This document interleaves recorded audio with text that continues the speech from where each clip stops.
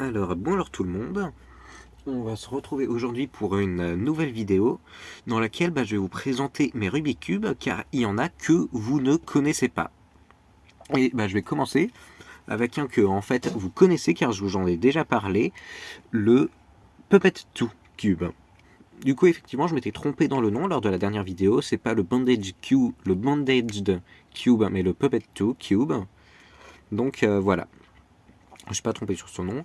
Du coup, celui-là, vous le connaissez car vous m'avez vu le remonter car il était démonté. Donc je vais pas trop en parler, mais sinon juste, comme vous voyez, il va bien, il s'est bien remis. En même temps, il n'y a pas de raison qu'il aille pas bien. Et non, par contre, hélas, je ne sais pas encore le remonter, mais ça va venir. Enfin, j'espère, car il est quand même assez chaotique à voir comme ça, même sans beaucoup le mélanger. Donc j'espère déjà rien que là que j'ai réussi à le remettre en normal.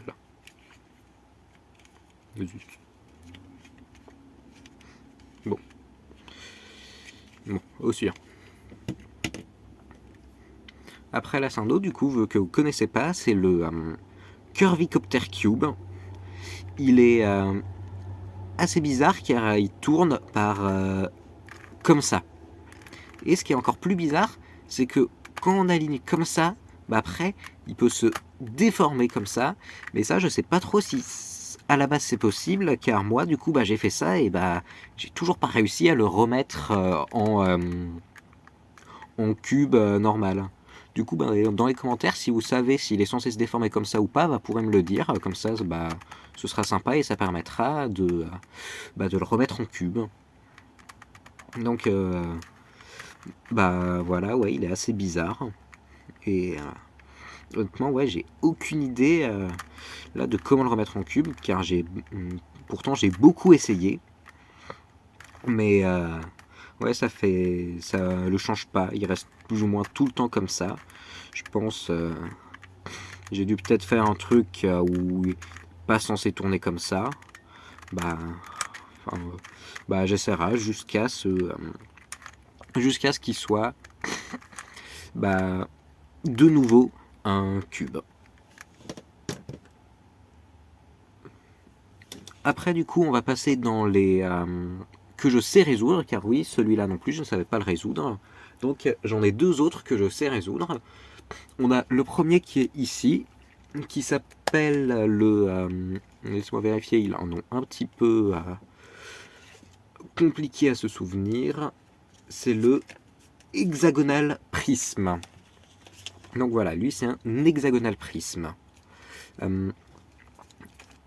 Il tourne aussi un petit peu bizarrement. Enfin, bizarrement pour quelqu'un qui n'est pas spécialement habitué au Rubik's Cube, mais pour quelqu'un, moi, qui en fait, c'était pas si déconcertant que ça. Donc oui, il se déforme quand même beaucoup. Et celui-là, du coup, effectivement, je sais le résoudre. Et en plus, j'ai appris à le résoudre sans regarder de tuto, juste comme ça. En plus, je suis même pas sûr qu'il y ait des tutos qui existent pour lui.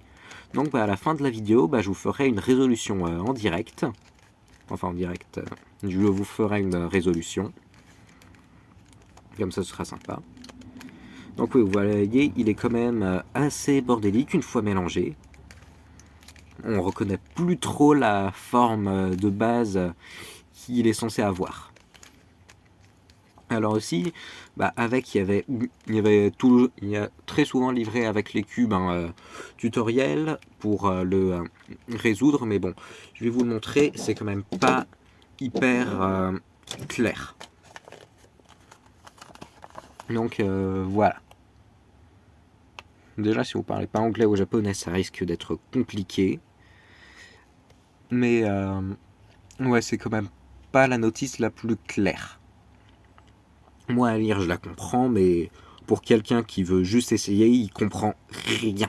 Rien, vraiment rien du tout.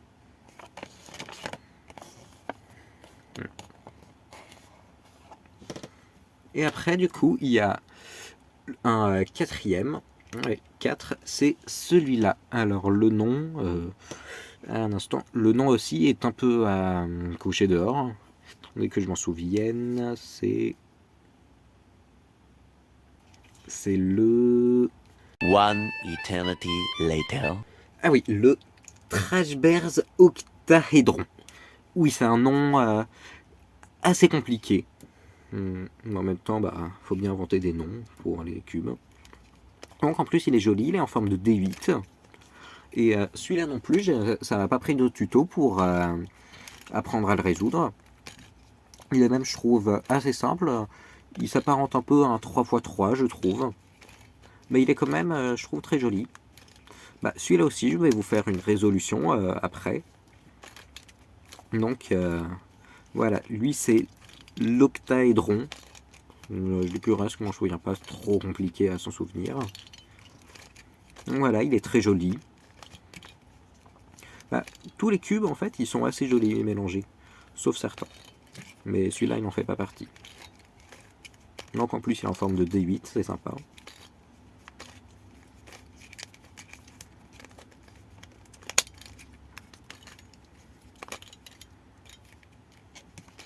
Donc voilà, je pense qu'il est assez mélangé là.